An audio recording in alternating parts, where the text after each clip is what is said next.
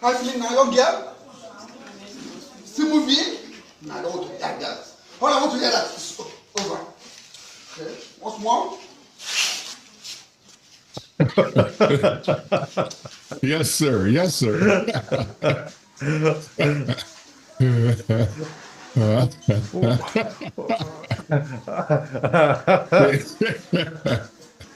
Yes, sir. Come on, man. This is abuse. This is abuse. This is abuse. Yes, sir. What's going on here? Hey, you see it? You see what I'm seeing? Yes. He's got it. Well, it's captioned. He's kissing away the evil spirits. Yeah. Yeah, they got to get delivered somehow.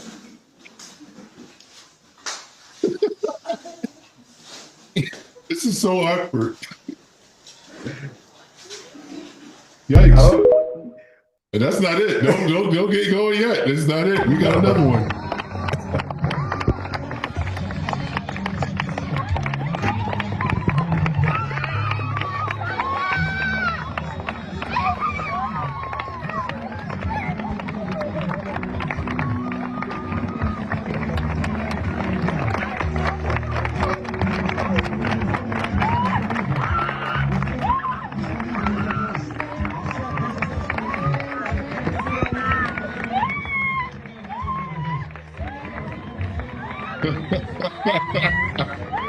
Yes, sir.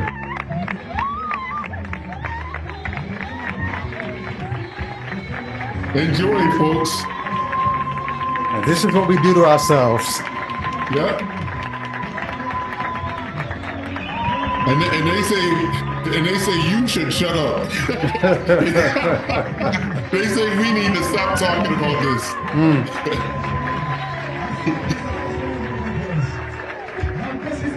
What kills me is they'll say this is an abuse of something that is real. Like there's a good version of this.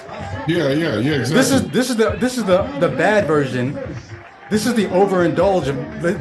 But there's a good version. There's an acceptable version of this. Is what they want us to think.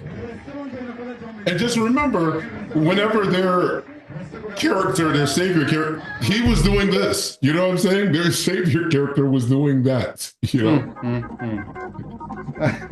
Well, we're off to a nice little start here. Hey. In case you don't know what you've tuned into, you are now listening to the Revival Hour. Featuring your host, Brady Goodwin, and his trusty sidekick. Talk about it. Yes. Tell a neighbor, tell a friend, this is the hour of power. Come on. We welcome our friends What up? and our enemies. Oh yes. We welcome our enemies. Oh man. What do we always say, Brady? We are not your enemies. You think that we're your enemies. No. But what do we always say? We're your friends. Yes. We are on your side. Yes. Well, we got a nice little variety show stacked up today. I feel like we hardly ever get around to all the videos. Just like I believe it was the writer of the Book of John who said if they were to record all of his acts and his works, he supposes that all of the books in the world couldn't contain it. And every Thursday night when we have to tune in to run this variety show, I feel those words are apropos. I feel that we couldn't, if we had to, we never have want of material. And is this the truth, Brady? This is true. This is true. I've got folders full of things that I've been waiting to discuss, especially since I've taken the summer off of social media.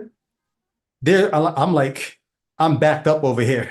So, Mhm. and I know Mhm. you got folders full of videos that you're like, yo, we gotta talk about this. In my Facebook, on I still check in into my DMs. I got people Mhm. sending me videos every day. Hey, this seems like it'd be good for exit strategy. This seems like it'd be good for exit strategy. I haven't even clicked on most of them yet, but I intend to. So keep sending what you're sending. We're gonna get to it all. This is what you call counter-apologetic constipation. We have no shortage of material. And we're coming here to ish on all of y'all religions.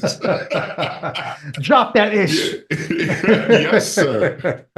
All right, so I guess you do the normal your normal admonitions. Yeah. First of all, welcome everyone to Exit Strategy. We were on Tuesday nights, but now we're on Thursday nights live at 8 p.m. Eastern. So we're glad if you guys are catching us live. If you're not catching us live, still welcome. Do us a favor, make sure you hit the little thumbs up, give us that little icon, like this Yeah. episode, and subscribe Stop if you're by and not make a subscribed. comment. Yeah, do that Yes. too. Please make a comment. Yeah. I feel like some of you guys burnt like the was it the virgins, the oil in their lamp. You guys let out you burn out the oil during the live show and then you don't make any comments. And we need those comments, huh? Yeah, y'all be Keep that oil. killing it in the live chat. But yeah, drop a comment on the episode. Especially, we probably get about maybe 50 people watching the lives, but Mm-hmm. then we end up with like 600-700 people watching the actual episode. So that means there's at least 550 of you guys who are watching when it's not live, so you guys can still drop a comment when you're watching this. We would appreciate that. But for sure, what I'd like to do is read a couple of comments from last exit strategy. If you have a comment or a question that you want addressed on this episode, you can super chat that thing. Drop a little $5, $10, whatever you want to give, $1. Super chat your comment or question, and we will actually read it and respond to it on the show. Otherwise, if you just drop a comment on the episode, we might get to it on the following episode and read your comment. We asked the question last time. Just help us understand where exit strategy or where Ichabod, where this channel fits in your intake of what you watch online. Even if you watch Counter Apologist, and where do we fit in? Really, really great comments. I love the comments. So from No Choice 3132 says, as an ex-Muslim, your show made me realize that indoctrination is insidious in whatever flavor it comes. And he spelled flavor, or this person, he, she, No Choice, spelled flavor Flavor. So I'm imagining you are in Europe somewhere, if not the UK. So ex-Muslim in the UK, or at least from the UK, says, as a ex-Muslim, your show made me realize that indoctrination is insidious in whatever flavor it comes. It creates the we against them environment. I am glad now I see people as fellow travelers on this planet instead of enemies. Thank you so much, friend. Thank you. Yeah. Thank you, friend. Yeah. Don't get much better than that. CDS Espejo, I always say this person's name, I'll butcher it, but it's CD Espejo, says, for me, what is unique about you guys is that you came from a reformed worldview and understand all the questions and answers from that world. Unless you were deep into that lifestyle, it's hard to understand the implications of holding views like inerrancy or evolution and many others. The other shows tend to be a bit more higher level, which I also find helpful, but y'all diving deep into these topics is extremely helpful. Errol Walker 9151 says, Black voices. Pause there. Pause for 1 second, because that's an interesting comment. He says the other shows are higher level, but we're diving deep. So what do you think he means by that? This is almost like an aphorism, huh? Like, what do you think he means? You can either be high level or take a deep dive. I don't know, because I think when somebody is as maybe high level means the academic level. Maybe it means the language, but I've had very many people say about Ichabod that they got to have a dictionary, open when they're listening to this episode. So I don't know. We're not PhDs here. So maybe maybe that means what they mean by high level. Wait, We're no, I'm not. just saying I'm interested in how paired with the deep dive, because he's saying we're going deep, but then he's saying the other ones are higher. So I'm just interested in your take on that, if you have one. Yeah, I don't know, because I could, in one sense, you and I talked about this earlier today. Like, not being a PhD makes me kind of shrink back from certain things. So I wonder if that's what it means to not be high level. I don't really know, but I do think when they talk about taking a deep dive, I think we put a magnifying glass on a lot of things that other people might sort of breeze over and maybe trust you to go look it up on your own. We'll dive deep. We'll, like we said last week, we'll land, we won't just fly over. We'll land in a neighborhood and investigate what's going on there. Well, that is true. We've been a couple months in Romans, right? Going verse by verse, basically. So all right. So, but do you have any particular thoughts on? No. I just wanted, and feel free to drop to elucidate that further. Give us some more clarity on that, if the commenter, if you don't mind. That's a great comment that you could actually build on, if you don't mind. Let us know what you meant. And we're not taking any offense to it either. If you say we're not, we take it as a compliment. Thanks a lot. Errol Walker 9151 says, Black voices to this space. That's greatly needed. A different perspective, for sure. Appreciate that. I'm gonna read two more because I just there's a lot of good stuff here. David Devise 777 says, to answer the question to the audience, Ichabod is valuable to me. I really like this response here, and I'll tell you why in a second. Ichabod is valuable to me as a person in deconstruction because I recognize they, talking about us, the host of the show, they were on a similar road with similar questions and doubt. I bought Brady's book, my book, Let There Be Gaslight. I bought Brady's book to dunk on him and refute him, but found it very thoughtful and making strong points. I came in swinging, but stayed because of the good content. And one last part here. I especially like it when they put on their previous Christian hats and explain what their former self would say and why that doesn't work. You guys give the opposition a fair shake and still man their position. That's great. Indeed. One more. Empathetic Sage 83. Ichabod bring a real down to earth and urban approach to deconversion.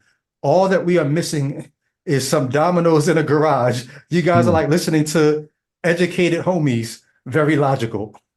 And a lot of other great comments there from last week's exit strategy. So appreciate you guys for that feedback. That does help us understand the lane that we're in you all's eyes, and the lane that I think, Jay Witt, what would you say? Do you feel like those responses say we're hitting a target that you had in mind and in heart?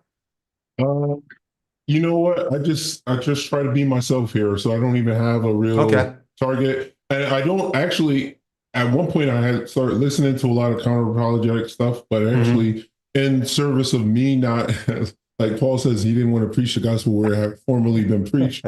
I don't even listen to almost any counter-apologetic stuff now. This is my counter-apologetics church. You know what I'm saying? So I intentionally don't, because I don't want to be regurgitating what someone else says. All right, I'm going to step aside for a moment. So I think I listen to a lot of the other counter apologist shows. I listen to Apologia. I mentioned Planet Peterson, Michael Beverly, Prophet of Zod. I listen to a lot of these guys often because for me, I listen to them for the same reason that some of you all listen to Ichabod. It really does just help to know that you're not effing crazy. And so when I'm thinking these thoughts, man, how did I believe that for so long? Or why did I think that way? And I work it out. I do the work in my own mind to assure myself I don't need to think that way anymore. I'm still deconstructing. Then when I listen to some of these other counter apologists and these other former Christians, and they are saying some of the same things just in their own words, it is affirming. Like, I'm not crazy. What's going on in my mind when another person is seeing the same issues with the Bible or the same issues with reasoning as a theist and all that, it helps me to realize I'm not crazy. So yeah, that's where me and Jay will differ there. But nonetheless, we do appreciate you guys. If you're in the chat, I see family members and I see friends. Kathy's in the chat. My sister's in the chat. Goat Herder's Guide to the Galaxies in the chat. David DeBow, we appreciate all you all for checking in and tuning in. Yes, Jay, you got sir. some aphorisms for us. That's right. Today we're gonna touch down. Just a second. Gotta crack open the text, but I gotta make sure that my hands, he said, who shall ascend the hill of the Lord? He who has clean hands. I gotta make sure my hands are clean so I can crack open this text. So hey, here goes a question for the chat. Many of you, one of the reasons why I think you all like Ichabod is because you were biblicists like we were. Maybe not all of you, but some of you all took the Bible as serious as we did. So when you hear the scriptures still rolling off of Jabet's tongue, when you hear us making these biblical jokes, do you still is the Bible still your frame of reference? Is it still your most readily accessible frame of reference? So I got so many different frames of reference. I got The Simpsons for a long time was one of my frames of reference. So many Simpsons jokes. Arrested Development, another one, frame of references for me. But the Bible is probably my chief frame of reference. So when I'm talking to people, if I think that they have the least bit of a biblical background, I will go to make my point and reference something from the Bible, not because I believe it, but because I think if you understood that worldview, I can make a reference to it. So I'm just curious for you, is in your deconverted, deconstructed self, to what degree is the Bible still somewhat of a point of reference for you? You can drop that. Not do us a favor. See, I don't know what to say now. Do I want y'all to do this in the live chat or on the actual? Do it in the chat. Do it in the actual comments. The comments, yeah. Do it in the actual comments. And if you want, what you can do is type it in the actual comments for the video. And then if you want to copy and paste it into the live chat so you can discuss it with the people who are actually here in the live chat, fine. But we would love to have these in the comments for the actual video, because the live chat comments don't remain. The comments under the video do. So talk to us about that. But go ahead. Yeah. And now that you said that, I'm going to make it it's going to be a goal for tonight to utilize some biblical illustration of some point that I'm going to make. So I don't know what I'm going to make as a point based on our videos, but I'm going to use my biblical encyclopedia that I've stored in my brain to pull an illustration. All right, but let's go. Here's the aphorism. All right. Where the aphorist is Johann Wolfgang von Goethe. He's a German. He was born in 1749 and he died in 1832.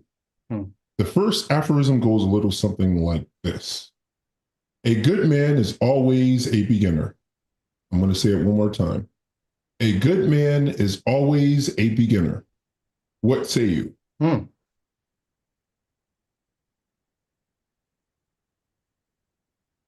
don't know. I mean, there's a lot of ways I could take it, but I guess maybe it makes me think about maybe the aphorist is pointing to or hinting at the innocence or the purity of the beginning of things. When whenever you're starting in a new project or a new job, even a new relationship, even, there's always a freshness and it's almost like along with the beginning stages of things, there's a naivete that can sort of be, I guess, supposed as a certain innocent quality. That's all I can really get from him. I'm not sure where else he might be going with it.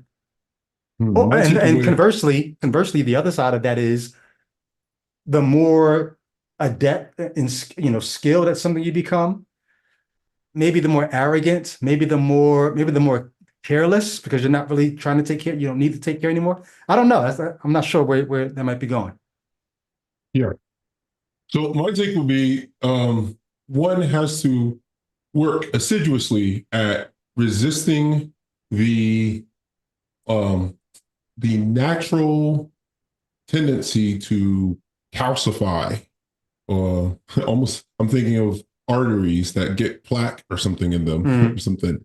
The idea that it's quite, he always says, oh, okay, here we go. I'm already using biblical. Let us lay aside every weight and the sin that does so easily beset us, right? So that there's this idea that as you continue to live, and it's interesting because in Christianity, the plaque of dogma, we allow it to clog the arteries of our thinking, our thought, and it's quite the task to keep your arteries clear of that kind of dogmatic plaque, and to stay a beginner, to stay a learner, to stay a person who's open to ideas. And it's very difficult. I think, I'm not going to go too deep here, but I think much of the gender debate and the contemporary gender debate, a lot of it is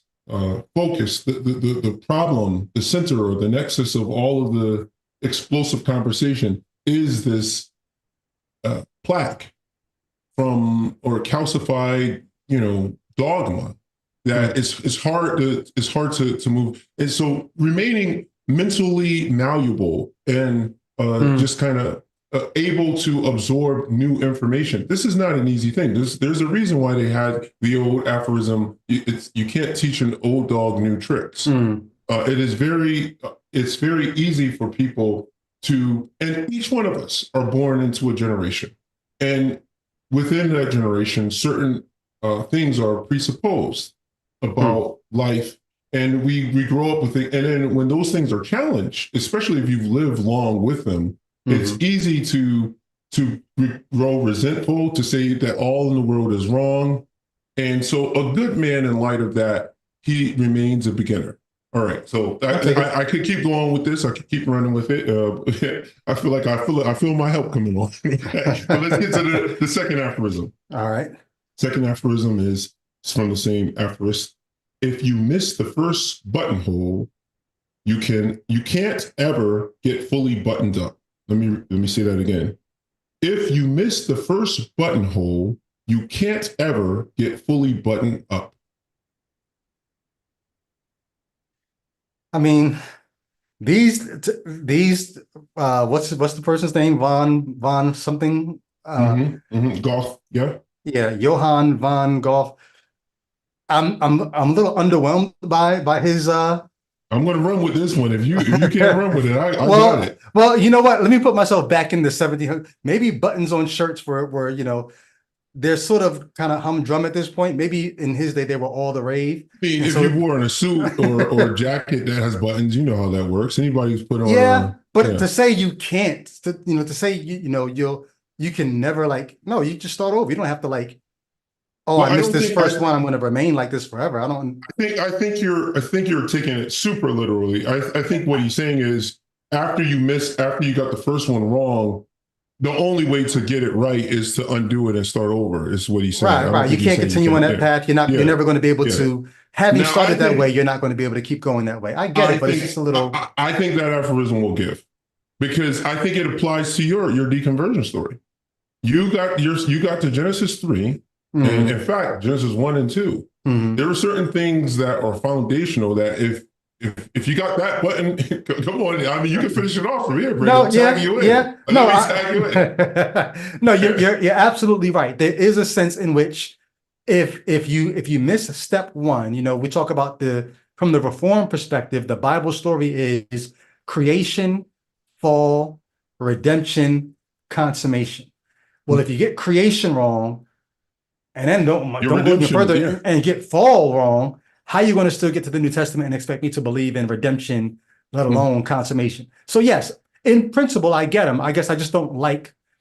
There are things in life that the one thing follows from the other. Right. And if the initial step is like, you know, perhaps, yeah, like you say, maybe this is, you feel it's a little dated, but I feel like I know what he's getting at. He's saying that if you have something that has to follow a sequence of event, like on a shirt, buttons, they have to follow each other in order. If that first one is out of order, everything else is going to be out of whack. And this is the way it is with, I guess you could say, just foundational theology. When you talk about, so, all right, interestingly enough, we're going to get out of this real quick, but let's just look how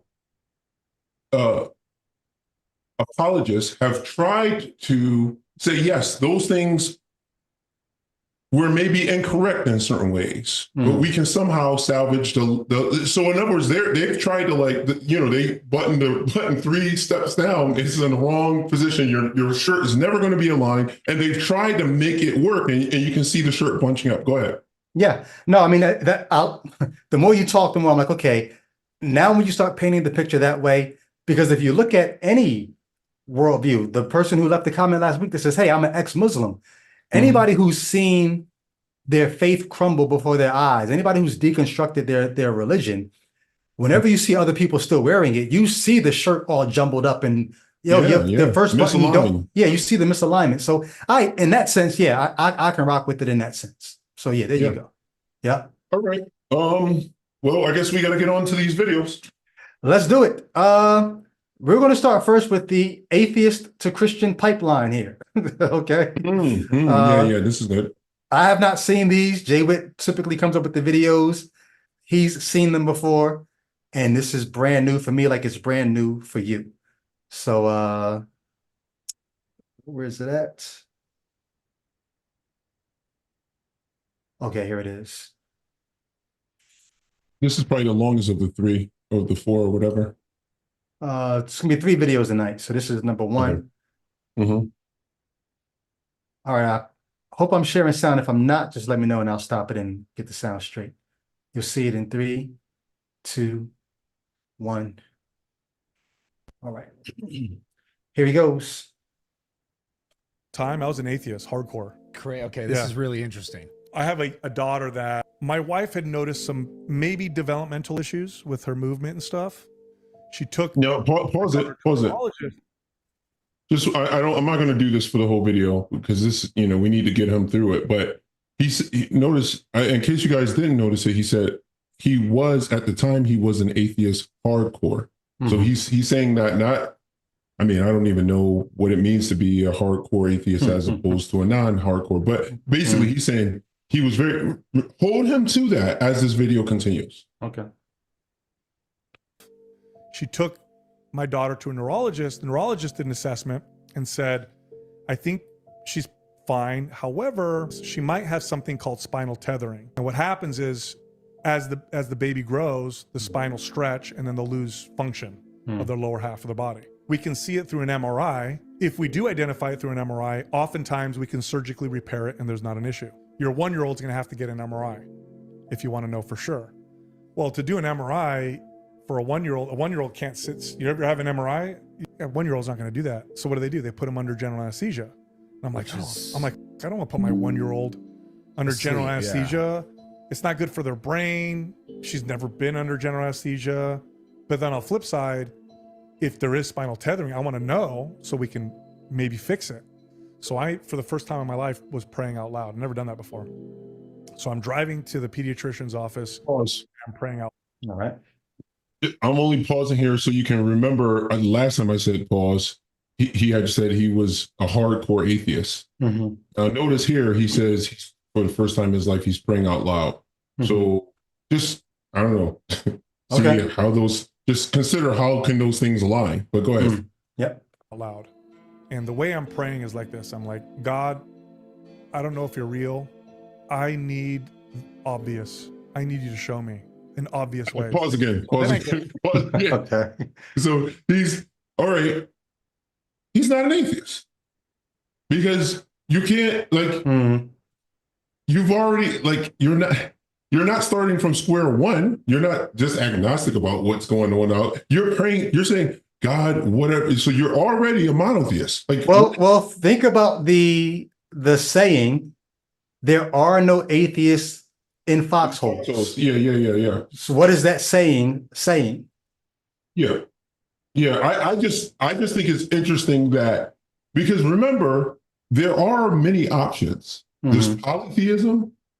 You can believe in many gods. Why is his default position to pray to quote unquote God? A God, yeah. Yeah. So he's already a monotheist. So first he said he was an atheist, and now he's already basically, to me, it says he was already somewhat culturally Christian. I mean, he was far from being a hardcore atheist. But anyway, that's that's all.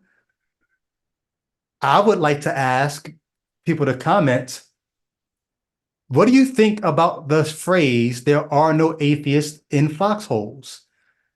Have you ever been in a foxhole? Now, of course, you get the imagery. Foxholes, you go back to wars that were fought in close proximity, where you have people firing rifles at each other, digging foxholes in trenches, and you're popping up when you're in a foxhole and you got that kind of, your life is on the line, you got bullets whizzing past you, bombs that can drop into your trench. They say there are no atheists in those situations. Everyone's praying. Everyone's looking for a miracle, for a God to protect them. Then you have people who are atheists and they say, no, I've been in foxholes. I've had situations in my life where if I was religious, if I was going to pray, it would have been then. Hell, one of the hosts on this podcast, Albert, was diagnosed with cancer last year and had to go through that and was never moved to pray through that entire time. And we as his friends were like, man, I wish we had the superpower we used to feel like we had when we were Christians, when we could say, hey, I'm praying for you, because at least then it felt like we were doing something. Without that, we didn't, like, what could we do except be here for him? It didn't move us to prayer. Jay Witt has had times recently where, man, if I was religious, this was a time when I would have prayed, but I'm not. And so anyway, I'm just asking you, have you had situations as an atheist that you did say, maybe I will pray now, or did your atheism persist? Or maybe you're agnostic, and so this comment doesn't even apply to you. But anyway, this guy, nobody who's watching this, not me, I'm sure not Jay Witt, I'm sure no one who's watching this can hear this guy talking about his daughter with this condition and not have your heart melt for the daughter and him as a father. I guess we would. I'm saying, so we're not, and nothing that we're saying is to take away from how the severity of the situation. We're not taking away from that at all. But Jay Witt is challenging, look how quickly this guy went from hardcore atheist to now throwing up prayers. Is that not a little bit odd? And that's sort of, I hear what you're saying, Jay Witt. So yeah, go ahead. I was just going to say, I would admonish the audience to make their position sure. They used to say, make your call. Again, here comes another one. Make your call in your election sure. Okay, now that you've left or deconstructed, sure it up mentally. Because you can part ways with it, but if you don't, come on here. If you don't actually do the mental work, you see, I've done the mental work, which makes it impossible. There's nothing to go back. He said, hell, where am I going to go? Hell, you're the one with the words of eternal life. Come on here. I got nowhere to go, right? I'm out here. I'm an unbeliever. Like, there's nothing. I am what he talks about in Revelations 21:8. He says, the fearful, the unbelieving will have their part, the abominable murders, etc. I'm the unbelieving. But I am self-consciously. So you can say, I don't believe in that, but not thoroughly, come on, if you don't, after the house has been varnished and swept, 7 more will come, you'll be in a worse state afterward. Because this guy, if he did consider himself an atheist, he's in a worse state now than he was previously. Well, but see, now maybe what's happening though, we don't know what his background is religiously, if he was raised in religion and rejected that, or Catholic school. We don't know any of that. But I do think it's very, very possible. The only people who really deconstruct are people who have constructed in the first place. I see people all the time on TikTok deconstructing their beliefs but they had never really constructed them. They just, these words were spoken over them. You were raised in a religious household and all that. But if you've never really constructed a belief system, then you never really deconstruct. You just say, I don't believe that. And so when something comes along like this that makes you think, well, damn, maybe I was wrong for not believing. Well, of course you're gonna go back easily because you never had to deconstruct. You never constructed. And so I think it's possible for people who have been lifelong atheists and they never had to go through the work, like you said, they never had to do the work to deconstruct anything. And so you have to, yeah, go ahead. You got to consider the futility of putting out Gideon's fleece. What is he talks about you should not put the Lord your God to the test. So at times that's considered to be a negative thing, almost sinful. But then here, it's sinful unless it works out, apparently. Because if it works out and then you end up coming to the faith, then it's like, so you have to ask yourself, think about the criteria think about the narcissism of the criteria. It's like, I have a daughter I care about, what about everybody else's daughter, right? Just consider, so whenever you're inclined to, if you are an unbeliever and you're inclined to do this, think about the narcissism of the request. I remember talking to a believer about that, and he was just, because he was saying how like you should just be thankful for your situation. You can't consider the rest of maybe you can't consider the rest of the world, but I'm not narcissistic enough to think that I'm more important than the other man. So I have to consider the narcissism of the request because the condition this man described that can happen to a child. There are some kids who have to go under anesthesia, right? Yeah. He doesn't want it to happen to what? Because it's his kid. But guess what? Every kid is somebody's kid. And every kid that's somebody's kid has a parent that doesn't want them to have to go under general anesthesia. But you're saying if God will answer your Gideon's fleece, then you will come to the faith. And for some reason, you think that's like an exception should be made. And truly, you understand when you're putting out that fleece, you're demanding that or you're asking that an exception be made for you. Now, why should an exception be made for you when it hasn't been made for so many other people? Well, somebody could simply just go to Romans or Deuteronomy and say, God will have mercy on who he has mercy. So maybe God will answer this one person's prayer and not somebody else's, because it's God's prerogative to have mercy on who he will and, harden who he will and whatever. But I think there is something brilliant in what you did say a minute ago. Well, I mean, everything you're saying, I agree with, but there's one thing that stood out to me. If the person puts God to the test, when the scripture says you shall not put the Lord your God to the test, if somebody puts God to the test and God doesn't come through and they say, see, that's why I don't believe, because I said, God, if you I'll serve you. And then God didn't do it. The believer will say, well, see, that's your problem right there. You shouldn't have put God to the test. Who are you, old man? But then, like you said, but in the cases where it works, somebody tells somebody tells the testimony where they put God to the test and God, quote unquote, showed up and showed out. The church is ready to worship. See, I know my God is, he may not come when you want him, but he's always on time. Jesus he will. And so forth. Let's let him go on. Let's let him cook. Yeah, let him cook. Studio. Because I'm like, we're supposed to record a podcast. There was a parking lot that was next to our studio. There's a homeless dude building a fire in the middle of the parking lot. Okay, so and I look at my rearview mirror and I'm like, maybe I'll ask this guy to pray for me, right? But I'm looking in the rearview mirror and this dude's he's building a fire. So I'm walking away, and then I hear, excuse me, sir, excuse me. Turn around, it's a fucking homeless dude. I said, what's up? And he goes, have a nice day. So I said, you know what? I said, can you do something for me? I didn't give him money or anything. I just asked him. I said, can you do something for me? He says, sure.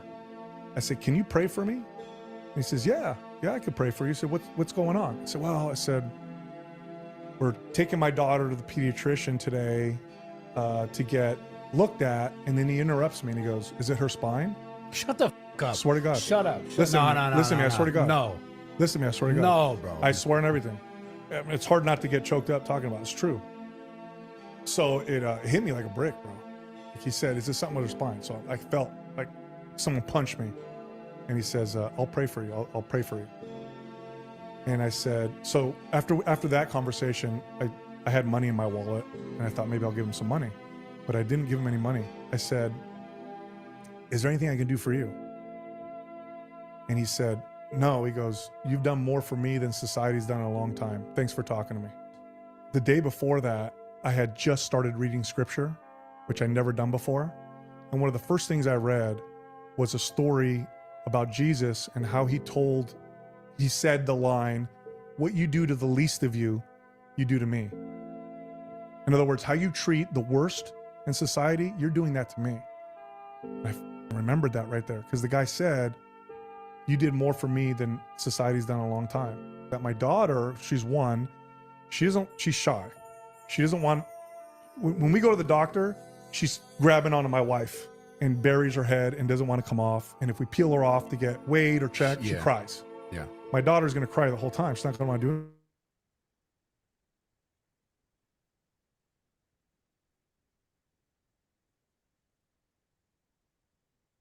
We bring my daughter in there, and all of a sudden my daughter becomes a performer.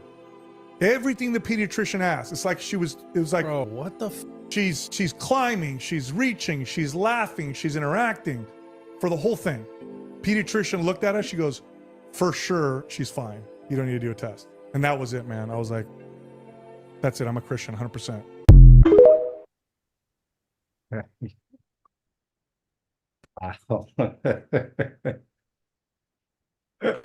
What say you? I'm ready to give my life to the Lord, man. I feel like he already was a Christian. He says he was reading his Bible like the day before, right? Well, you live in a Christian country, majority Christian country. If you're going to pander to any God, or if you think any God's going to pander to you, I think it's a no-brainer. You're going to think it's the Christian God, because that's, God, for whatever reason, is a God of proximity. So if you were in China, you would not be thinking, I'm going to read the Christian scriptures. You're going to read Buddha. You're going to read scriptures from Buddhism. You're going to read. God is so proximal, so geography-based. So yeah, maybe he was a Christian atheist, or an atheist of the Christian variety. I don't believe in the Christian God until the Christian God does something for me. What have you done for me lately? Oh, you did this? Okay, now I'm a believer.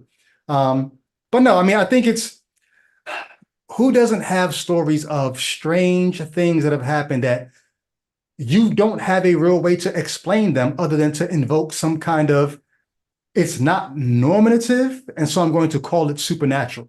I could just say, hey, that was strange, abnormal, but that doesn't make me feel self-important. It makes me feel better if I could say, something supernatural happened to me. It's not as sexy. It's not as grabby. Something abnormal happened to me today. Hey, y'all, guess what? Something out of the ordinary happened to me. That versus, hey, guess what? A miracle happened. You're going to get more ears for the miracle than the abnormal thing. So we all have things that happen that make us say, I don't know how to explain that. That's a cool story. That's a cool, what can I say? I can't say that didn't happen. I wasn't there. Well, hey, I would, the one thing I would urge the audience to do is to not be so credulous. Just because a person says something happened, come on, it doesn't mean it happened, or that it happened the way that they said. Exactly. You don't know that this guy is telling the truth, or that he's not conflating two memories or whatever. Or that he's not spicing it up to make it sexier. How many of us have ever told stories and like, wait, am I adding to this? It gets to the point sometimes when you told a story so many times that now you don't even remember which parts of it are parts that you added and which parts actually happened. So yeah, to Jay Witt's point, did it actually happen? Did it happen the way he said? We don't know that, number one. But giving the benefit of the doubt, if it happened the way that he said, the most I can say to that is, cool story. Things like that happen in life. Why I should think that a God, number one, has anything to do with it is beyond me. Two, why you would think it was this specific God that had something to do with it. You haven't shown that. All you're doing at this point is you're drawing lines between events that make sense for you, or that you need to make sense for the narrative that you're telling. I'm a Christian in light of this. I'm going to accept the resurrection. I'm going to accept the fall of Adam and Eve. I'm going to accept, that I'm born in sin, and I'm going to accept all these tenets in light of this strange phenomena. That's a step too far for me for that. Is it possible that he was talking on the phone, on his speakerphone in his car, talking about his daughter's spine condition as he was pulling up in the parking lot, and the guy happened to overhear him? Do you ever hear somebody talking on their phone while they're in the car? Mm-hmm. It happens all the time.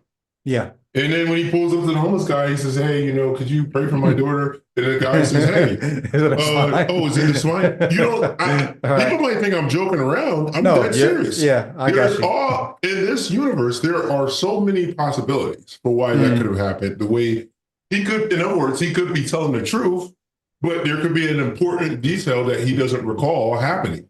Yeah. That would have set it up perfectly for what he experienced. Yeah. But it's important to note that he had begun reading his Bible. Like, I guess he said just the night before he had read some passage before. So he was already, the work was already done. Yes. Yeah. Yes. There's a reason why he didn't turn to Islam when he ran into this miracle. He turned to Christianity. Anyway. Yeah. We got one more video before we get to the actual crescendo of this.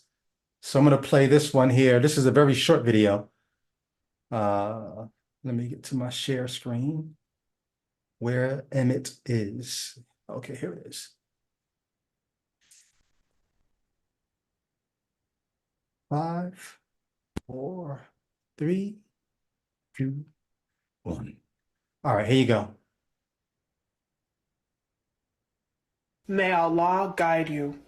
Oh, thanks. That's so sweet of you. Buddha is the way. Oh, really? I think I might check it out. Thanks. Jesus. Oh, no. Forcing your religion. No. Fairy tales. I don't want to hear it.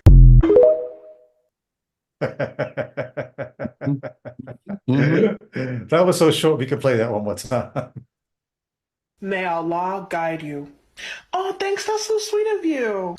Buddha is the way. Oh, really? I think I might check it out. Thanks. Jesus. Oh, no. Forcing your religion. No. Fairy tales. I don't want to hear it.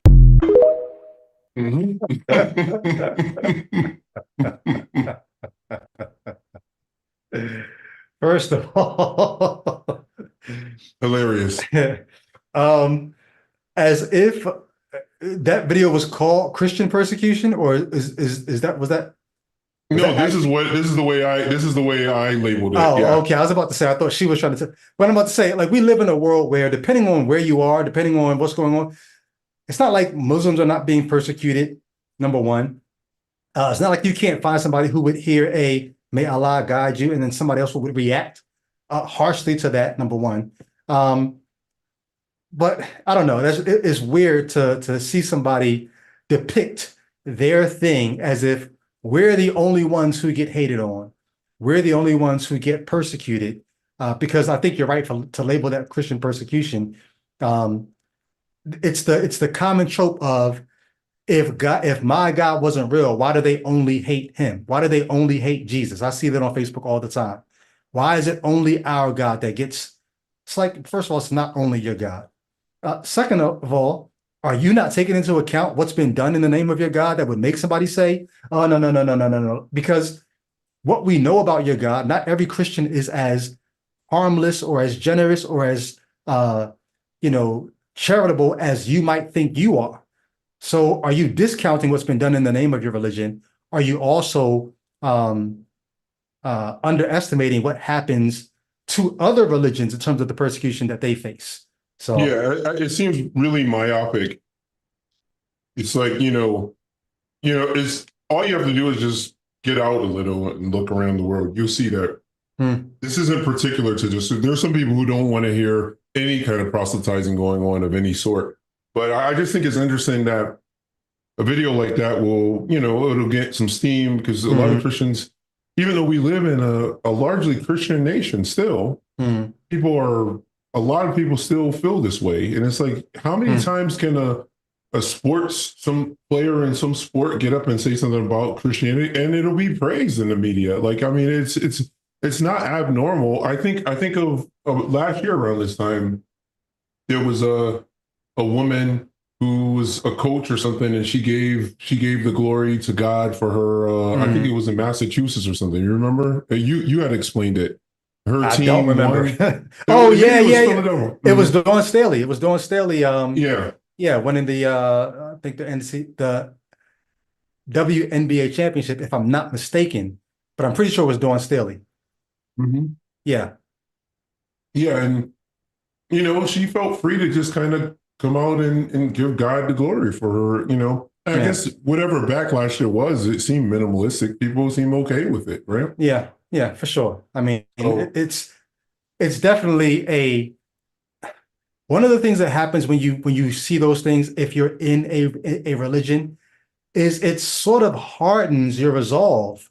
You say, see, our thing must be real because look at the way that they're persecuting us.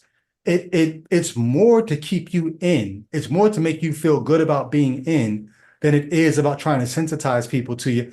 Like if people were to lighten up and embrace you more, you almost don't even want that because you need that persecution to make you feel like what you believe is worthwhile. If they accepted it but didn't believe it, it almost would kind of piss people off. Like, no, don't. If people were as accepting but not believing of Christianity as she depicted for Buddhism and Islam, I don't even think she would like it that way. I think she likes feeling like, see, as soon as I bring up Jesus, they run from me. Yep. Well, we're going somewhere with this, y'all. Trust us. This is a crescendoing. I'm going to share something I saw on Facebook that just made me say, So Jay Witt has not seen this before. This is just something I screenshot and said I wanted him to just. What do you think here? Are you ready to praise as a result of this? Well, hold on, Jay Witt. Before you say whatever you're about to say, you can't tell this person that God ain't good. Yeah, I took this as a challenge. Yeah, God ain't good. God ain't good. He actually ain't. Hold on. Maybe your screen is blurry and you can't see, so I'll just read it for you. This number here is 43. 43 people, Jay Witt, got baptized.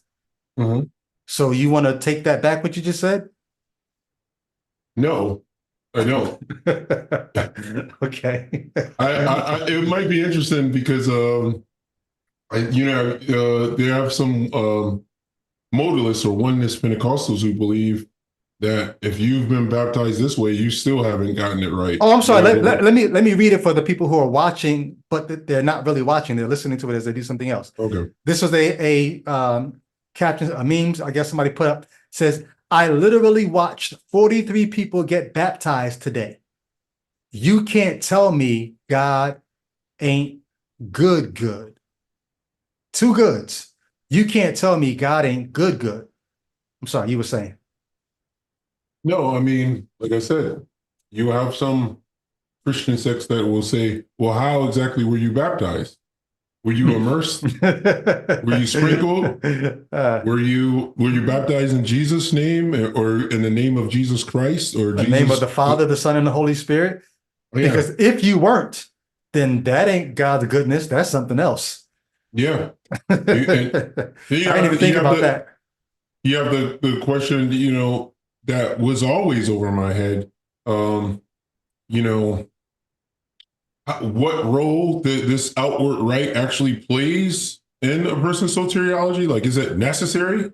When he says be, was it Acts 2, was it 48 or something like that, where he's like, be baptized is like for the remission of sins. Be baptized, and it's like, are sins remitted if you don't go down in the water? Like, there are all these questions. Then you have the issue. Go ahead. Well, let me clear up for you what this poster thought was so good about it. It wasn't enough just to write that caption and post it. they had to give an entire commentary on it. So here's what the person said on top of making that meme, as if that wasn't enough.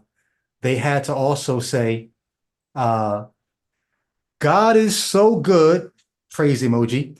Today we had the incredible honor of baptizing 43 people at Keystone Montgomeryville. So they're also advertising the church. This is where you should go. Listen, Jay Witt, I don't know if you know this. There's nothing more powerful than witnessing lives transformed by the gospel of Jesus Christ. I don't know what you're thinking, Jay Witt. You cannot think of anything more powerful than this. I dare you. Well, You can't. You can't. You don't get to define what I see as being powerful. This seems quite normal, actually, and powerless. There's nothing more powerful than 43 people getting wet for God.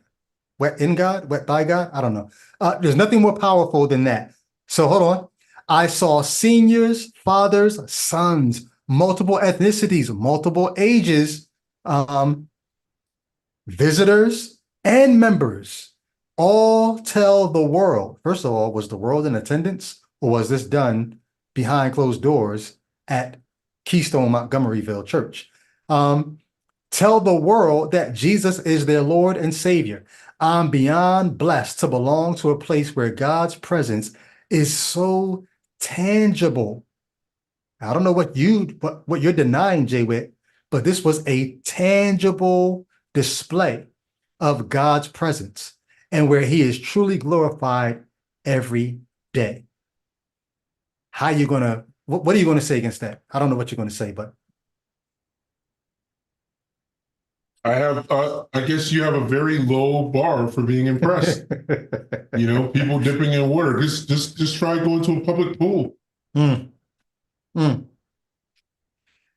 Yeah, when I read this, I don't know. I thought to myself, I didn't use the word that you just used, but I think that's a good way to sum it up.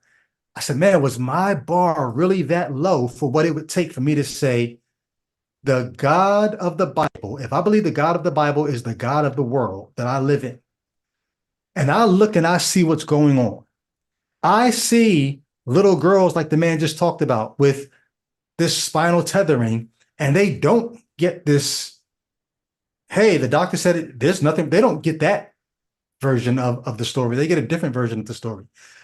There's all kinds of things happening in our own neighborhoods, in our own cities, in our own states, country, world, that if I was looking for a powerful display of God's goodness, I would be like, oh, okay, God, do something about that.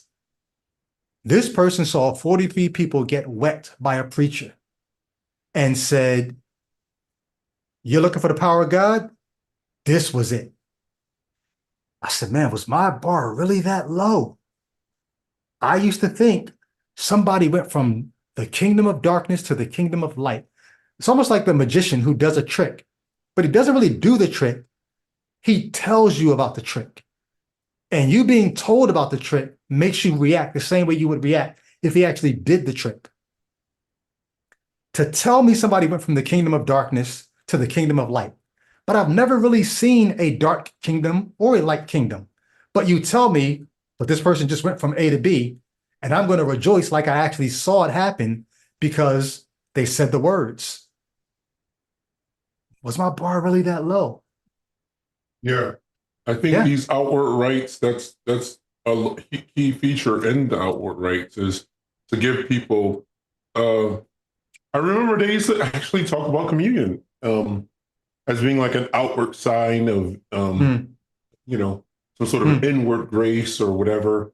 It's like, hey, they're saying the quiet part out loud. They're saying you're not going to see ish without these sacraments and stuff. This is what you're going to have to hold on to, is these very naturalistic and symbolic representations of the spiritual thing, because they can't show you the spiritual thing, but they can show you, hey, thou prepares a table before me. Well, we can bring out the communion wafers and the wine. There is no proof that Christ's blood is actually efficacious for you in any way, shape, or form. There's no way to see Christ's blood. this spiritual thing that has been applied to you and for your sins remission. But we can sit down at the table and do something that every human being can do, which is eat. We can drink. And that's why they give you this. If they didn't give you this, it would actually all be abstract. Think about it. Without these rites, without some churches will do communion every week, some will do it once a month.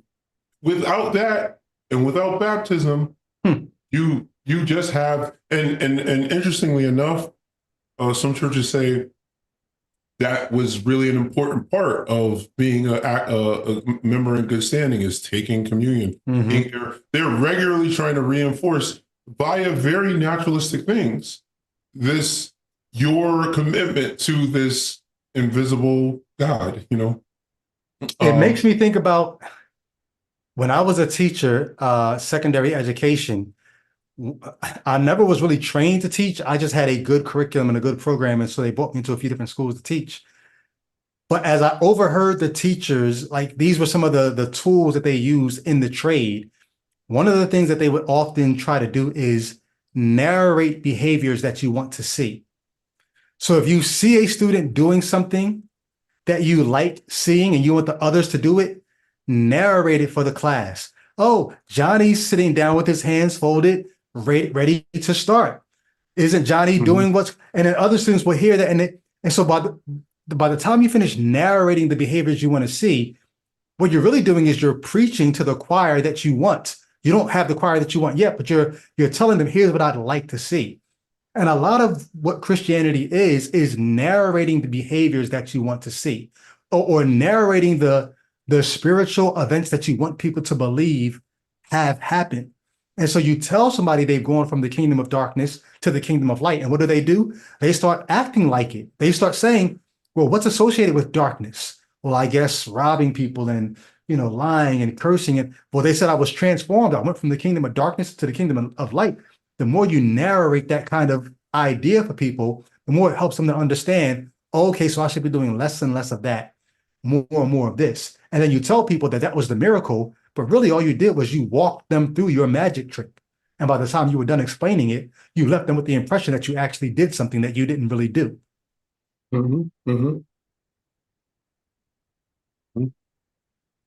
Well, believe it or not, that brings us to the final video that actually this was all building up to. I actually saw this one, Jay, but I just took a peek at what it was that you sent me earlier today. This is one of the ones that was in my list. One of the ones that I plan to go back on Facebook when I get done with the projects I'm working on and just ask people to think about this. So you want to give a little trigger warning here? I think you probably... Sure. If you have a problem looking at nature, you might want to check out here. What do you mean by nature? Because I like mountains and oceans. If you have a problem looking at predators and prey and predators engaging in predation, then you might want to look away for just a brief moment. It's not terrifically gory though. So I think, but it's an important. I think it's important if you can stomach it to actually look, because it's blessed are those who actually see this, because it'll actually help you to understand the point that we're making. Yeah. So for anybody who may be lost in the terminology of predation, predators, prey, you're going to watch two animals interact, and one of them is not a willing participant in this interaction. One hungry animal and one scared animal. I'll just say that. So this is your chance to, put up a, screensaver or do something else in the meantime. But I'm sharing it in 5, 4, 3, 2, 1. All right, here goes. A lion and a hyena.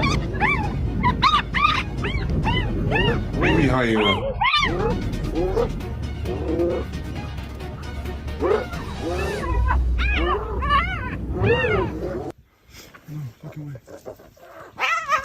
Oh my God.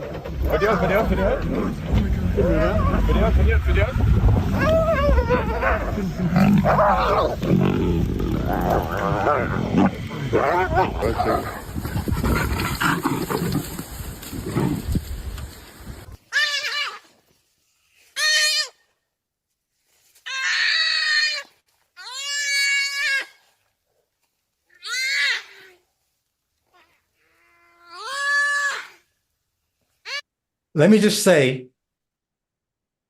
I want anybody who's tempted, especially if you were a believer and you thought God made the animals to interact this way. What do you think the screams of that deer mean? If you had to interpret the language, do you think that deer is praising God right now? What do the screams mean? Just think about that.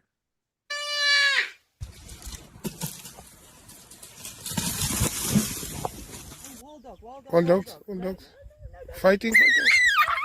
Oh man. I don't want to see this.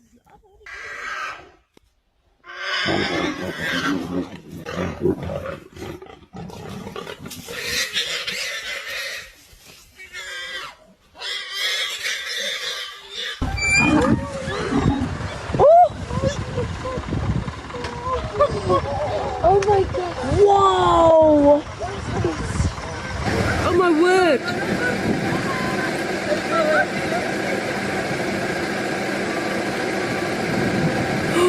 Shame.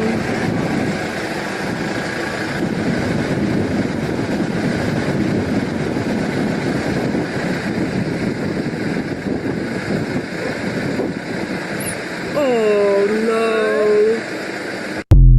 no. Yeah. Now, I have a couple of thoughts here. Mm-hmm. This has been going on for hundreds of thousands of years, every day, for many hours, every day, hundreds of thousands of years. But we may as well just say millions if you account for other species doing the same kind of thing. In fact, many of you, since we're coming on Eastern Standard Time with it at 8 o'clock, many of you already ate your dinner, and some of you guys had some animal on your plate tonight for dinner. If you really consider that the nervous system of that deer that was screaming isn't just for alerting it to the pain of having its spine broken by a lion's jaws, that nervous system functions in many ways. Functions for euphoria, functions to alert it of other kinds of dangers. It just so happens that when its spine is being broken, it actually feels that too. You see what I'm saying? So, it's just incidental. But then you have to also consider I'm just throwing a spitball in a bunch of different thoughts. You have to think about this lion. For those who would like to believe all of this is, in a pre-lapsarian world, this stuff didn't exist. In a what world? In a world before the fall, this kind of thing say the words that you use so people can kind of get used to when we throw those terms out there. What did you say? I just use the word pre-lapsarian, pre the fall, but sometimes it's used to denote other kinds of positions too. Like, I'm not going to go in a deep dive with the theology there, but basically, in a world prior to the fall, some people would say this didn't exist, these kinds of pain. Some people can't imagine a world that was said to be good, because remember, he said I've created it and it was good. And they say, well, how could it be good? And there'd be round the clock, basically predation going on before the fall. So, but the thing. Well, and on top of that, with the fall of Adam and Eve, if you let Paul tell it, through sin, through one man, sin came into the world, and through sin, death. So those who want to take Paul literally and apply that to Genesis are forced to wrestle with the idea of, can there have been sin in the world before it, not sin, I'm sorry. Can there have been death in the world before sin was in the world? according to At least Paul. people saying that it would have just been, they're talking about death for human beings. Right. So the way that people get out of that is they say once they realize that the fossil record shows death going back to way before mankind was on the scene, then they say, oh, okay, well then maybe when Paul says through one man's sin came into the world, through sin, death, maybe what Paul is talking about is human death came into the world at that point. But before then, animal death was in the world way before humans were. Maybe that's what they mean, but there's still a problem with that. Go ahead, Jay. If you're thinking that the deer didn't have to suffer having its spine crushed while it was alive prior to the fall by a lion, because a lion was a different kind of creature, a much more docile kind of creature. The other thing you have to consider is, well, why, if not a friend, why friend shaped?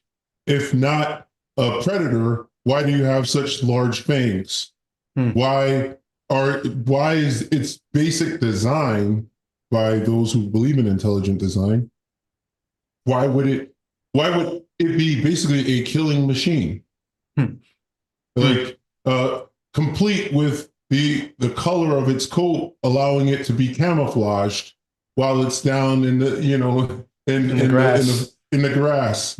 Like everything about it is, from its eyesight, its ability to creep up and not be heard, is designed for predation. So you only have a few options. You only have a few options there. One of your options is, like you said, before sin, animals were not like this. They were chilling. The lion and the lamb would lay down together before sin came into the world. So then God threw everything, not just sinful man, who can sort of be strategic and mischievous and devise evil plans.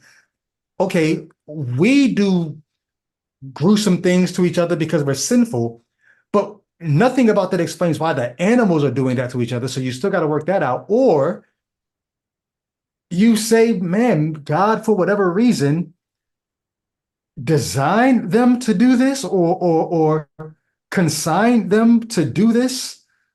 Get some kind of, let everything that have breath praise the Lord, right? Creation has been subjected to futility, basically, right? Yeah. So at some point you gotta answer, like, why is it that almost everything on this planet needs energy to remain alive, and as far back as we can tell, has been getting that energy by consuming other living things?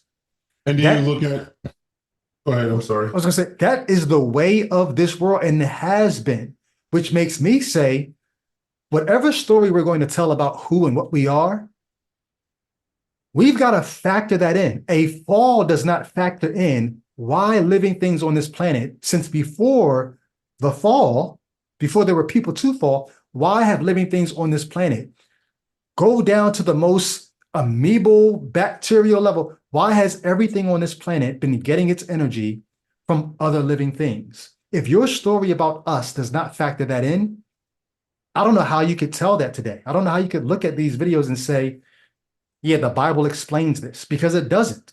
But go ahead. Yeah, no, it's what you're saying. This is a huge, I wouldn't say it's a huge problem. It's just coming to grips and looking at a video like that, seeing a baby hyena, which basically almost a baby anything looks kind of cute if you think about it. That's the other thing, right?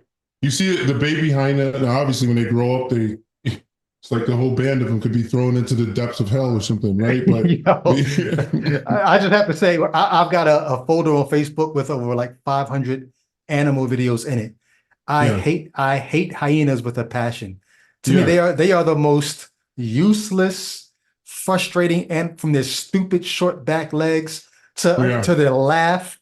I hate hyenas with a. Whenever I see them, maybe not the baby we just watched, but whenever I see a lion getting the best of a hyena, something inside of me feels like I'm winning. I'm sorry. That's just where I'm at.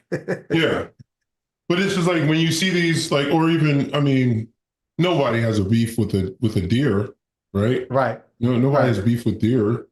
But then you'll see a deer that's just kind of gracefully. I don't even think they are carnivorous. They're just eating, Mm-hmm. you know, some sort of grass or whatever, and then to have it be overtaken by a lion, and you have to sit there and watch this, and you're like, this is what the lion does. This is part of. And I said this to Brady, I don't know, on the phone this week. I said, honestly, we do it.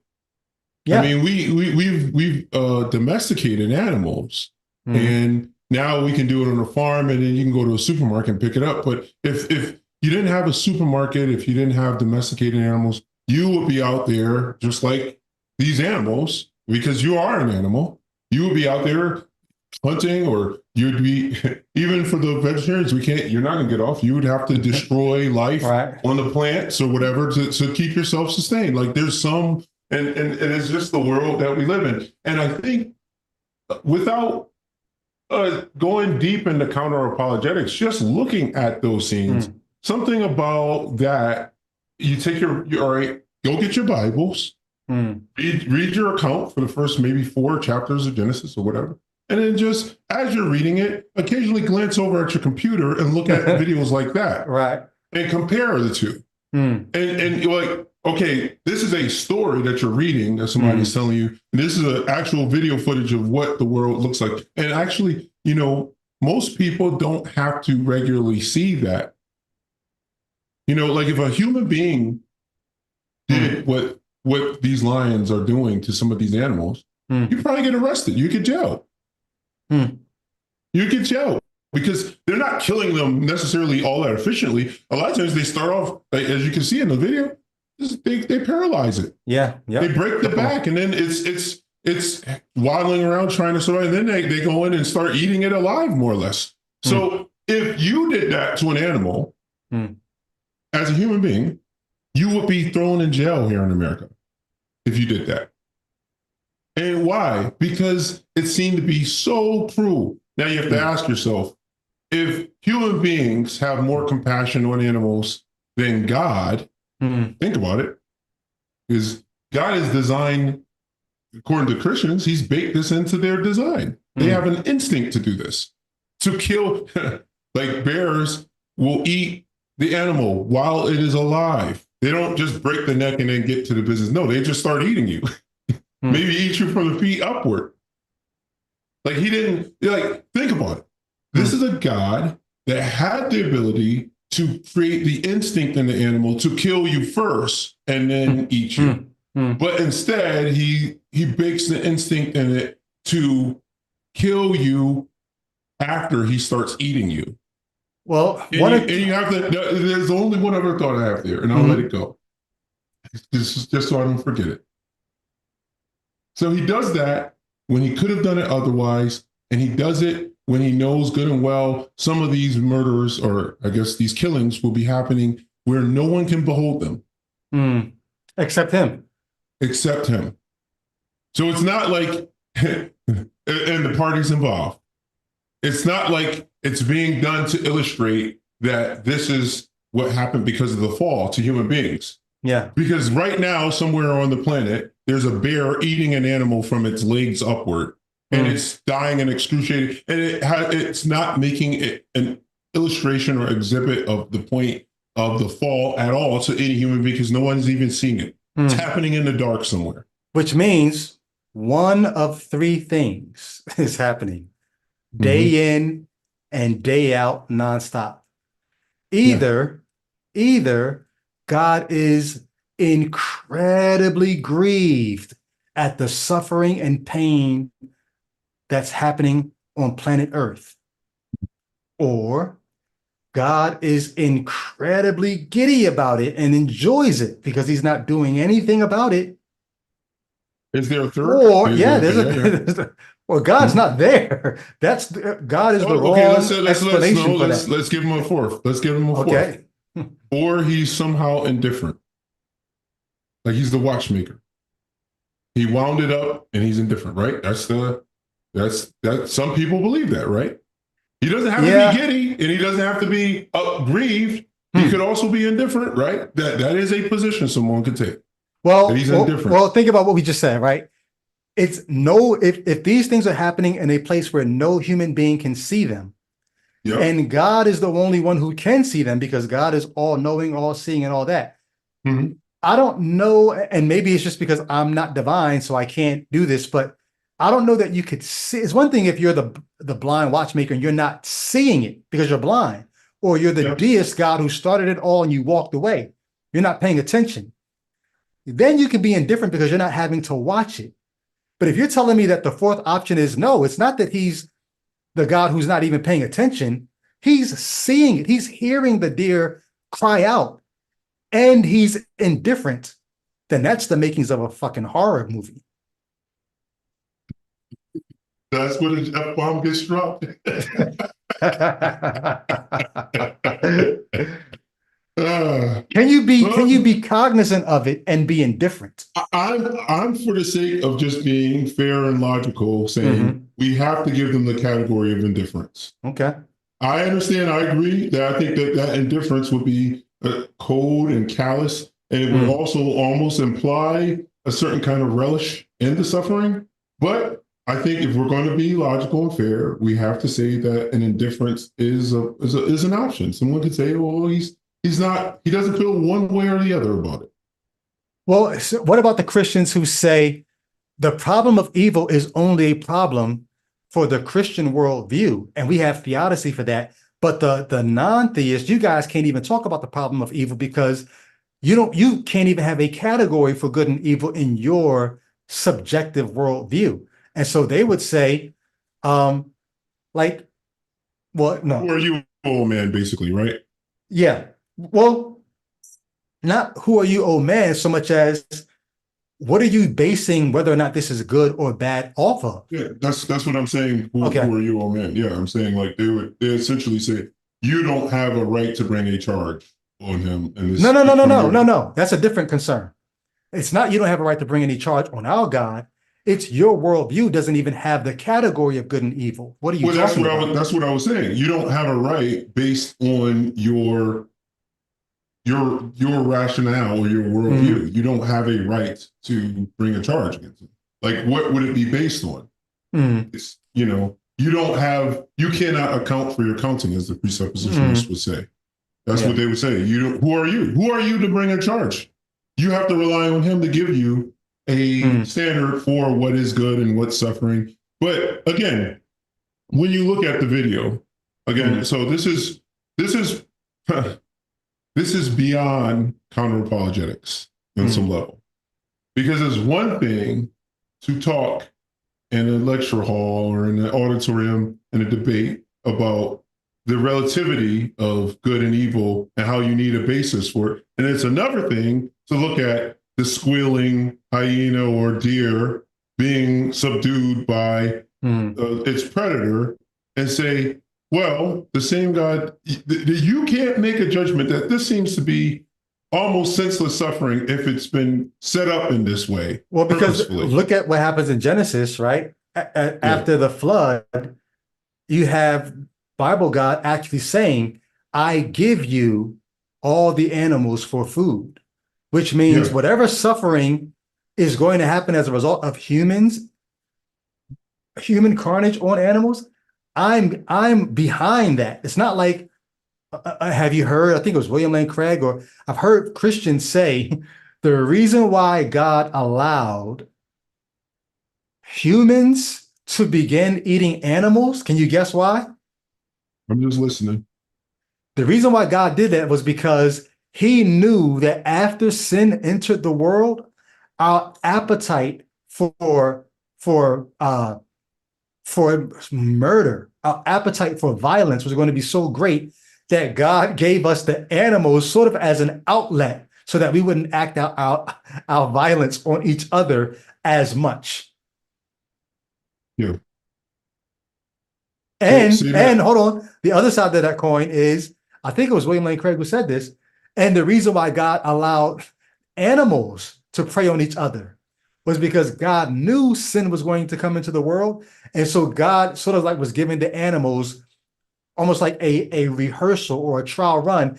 I want you guys to know how brutal the humans are going to be to you once they become sinful. So I'm going to allow you to brutalize each other just to get you ready for what the humans are going to do to you. Yeah. This sounds like a man who's, just has a lot of time on his hands to weave stories, because you can't really tether that to a text explicitly, but or they're trying to make sense of, how do I maintain the goodness of God in the face of this kind of suffering? And not just this kind of suffering as if, I don't know why it's happening. You almost have to give him credit. You almost have to give him credit, because he's actually looking at the suffering and trying to give you an answer, at least. Yes, but what's not, he has to, because his God says, I give you these animals for food. So if your God is now responsible for it, you've got to now rationalize, why would a good God do that? And these are the kind of things you come up with. Yeah. Or, okay, so again, let's apply Occam's razor. It could be this convoluted matrix of theodicy and theological answers, or it could be naturing. Right. Well, I think it makes more sense. Let's let that sit for a second, though. Okay, yeah.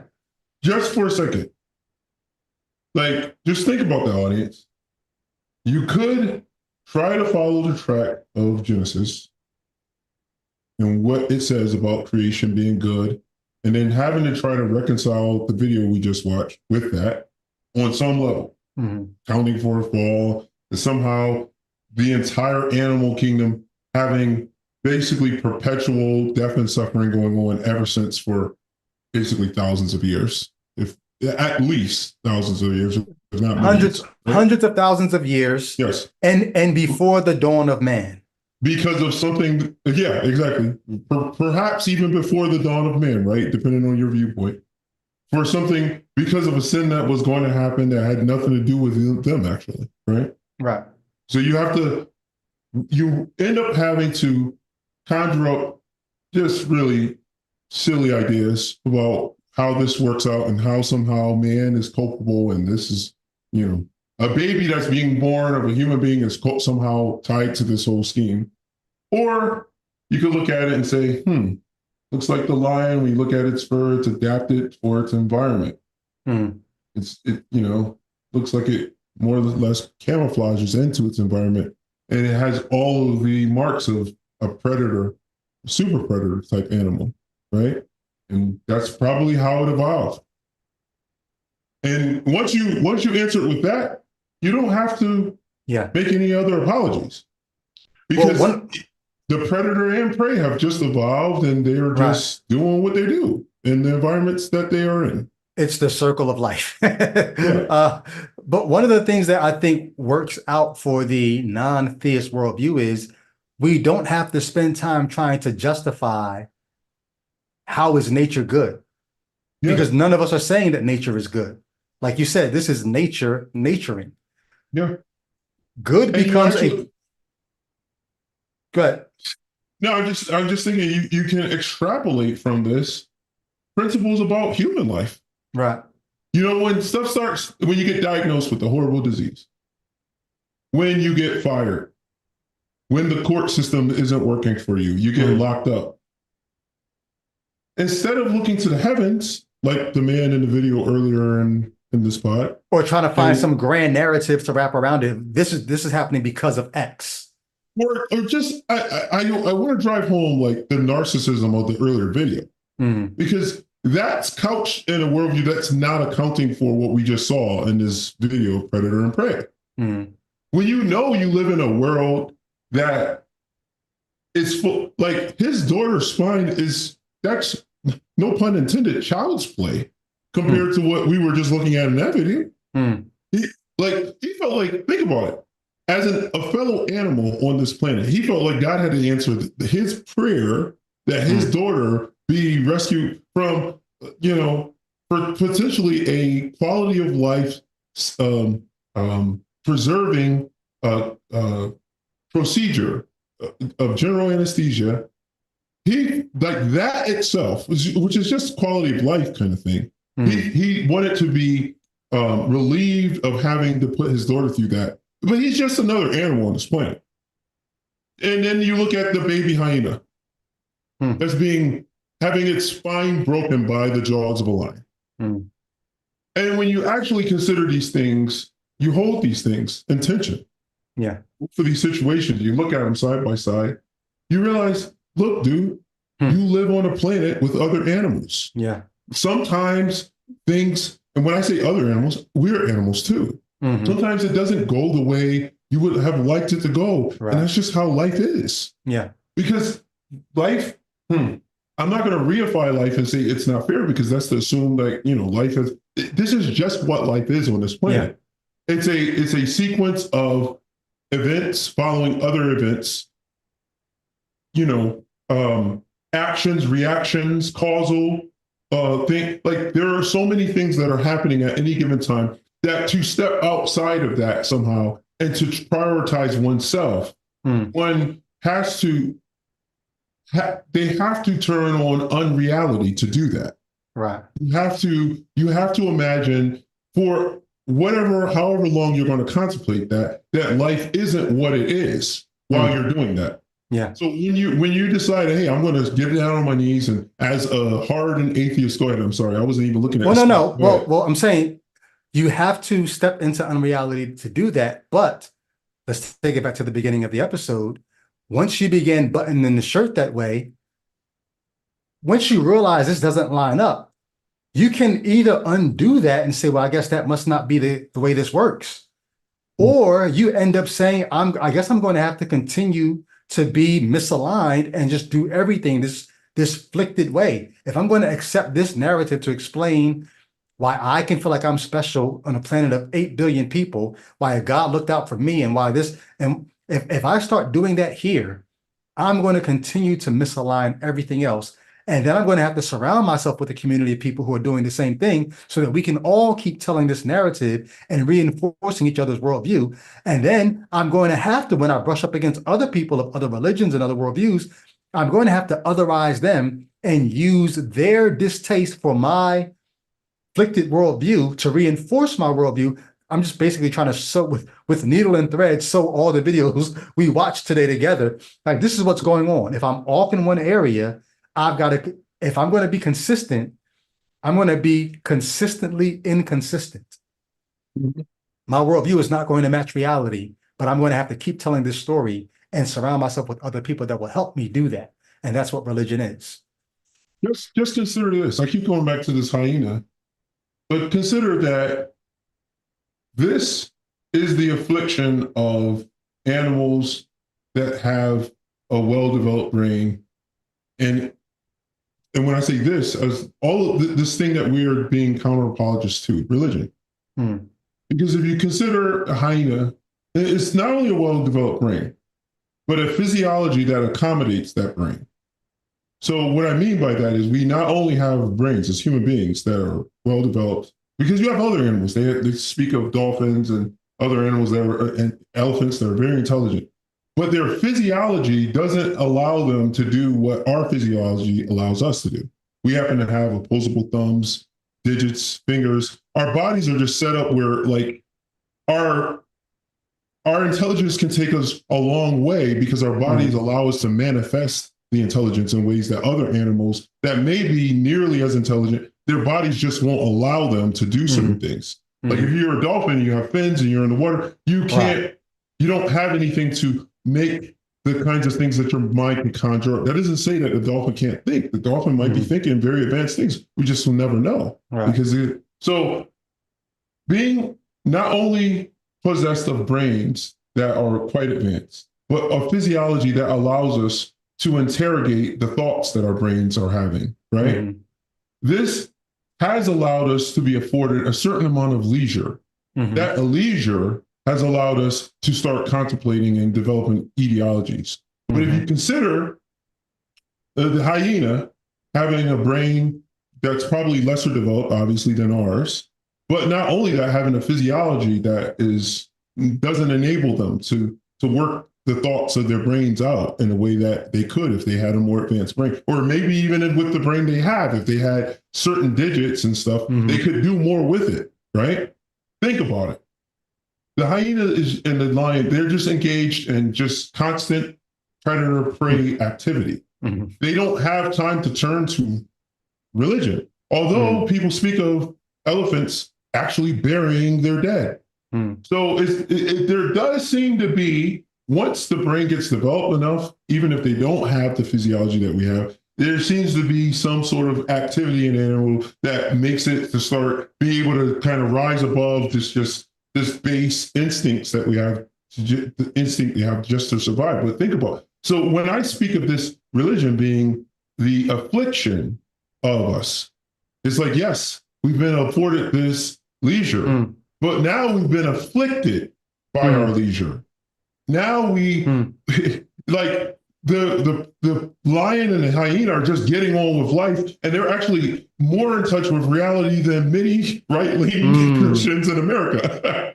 So basically, you're saying we have an overactive brain that has afforded us many, many luxuries, but then one of those luxuries is we're almost thinking too well.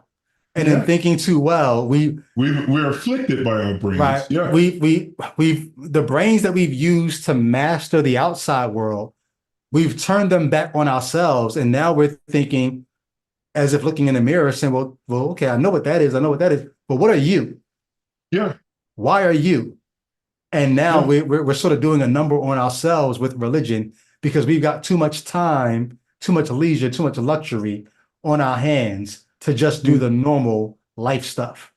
It makes me think of Romans 1, where he says, they worship and serve created things rather than the creator who is forever praised him. And he says, look into birds and animals and reptiles, right?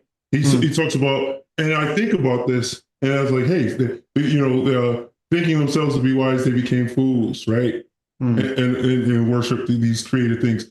But if you really think, we don't need to worship them, but if you look at them, there is a sense in which the lion and that hyena are more in touch with reality than many human beings. Think about it.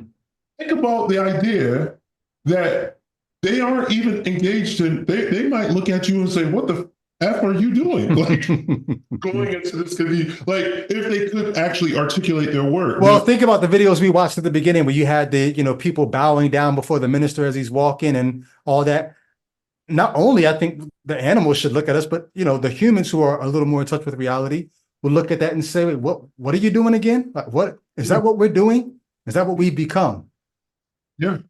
You really can take certain cues from the animal kingdom in that sense. Not to say you have to be as base as you can, but if you really think about it, a lot of this whole project, as I've spoken on this pod before, of life, is just getting along with your life. Trying to have some sort of shelter so that you're not exposed to the elements and you can survive. Trying to eat your food. Trying to enjoy it with those who are in your circle, whether they're your and when you look, you were fascinated by animal shows. Same here. There's so many things that even the book of Proverbs says, look to the ant. I mean, I'm going crazy with these illustrations that I told you I was going to do. Look to the ant, you sluggard. He says in Proverbs. And so even Koheleth, even he tells you to look at the animal kingdom to find some wisdom. Well, all right, I'm gonna take that.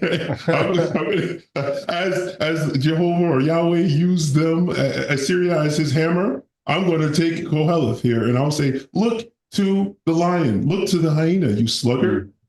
Look there, you believer, and take note of what they're doing with their life, and understand that this whole.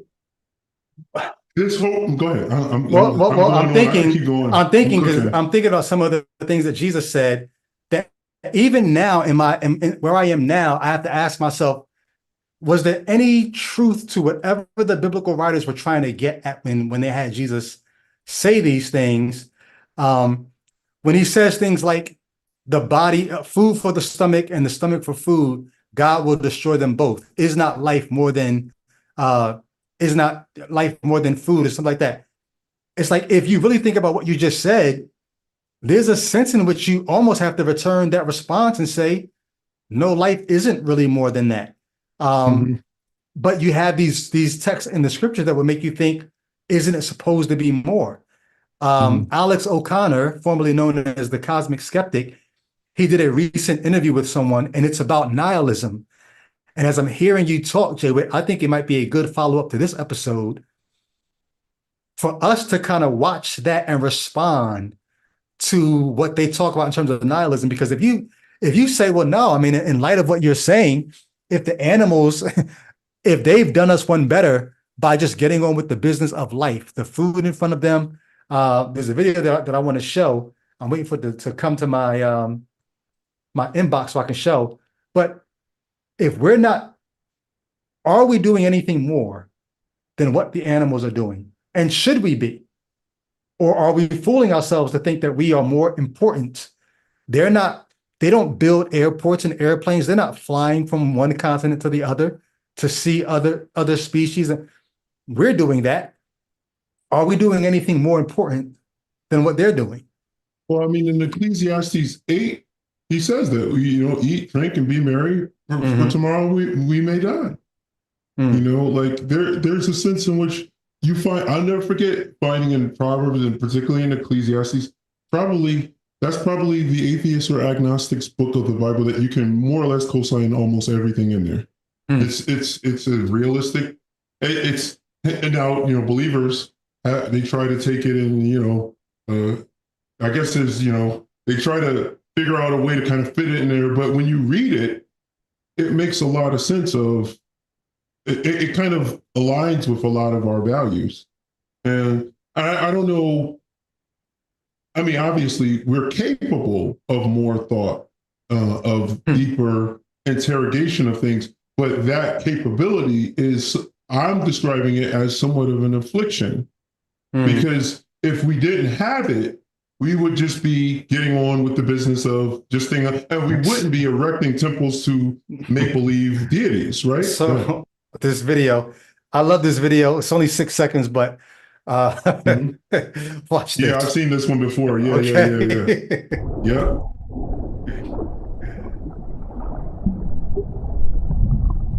You got two male crabs fighting over a female crab, and one of them just picks the female crab and just runs away with it while the other one chases. And as I watched that, I just thought to myself, I said, damn, are we really doing anything different than what they're doing?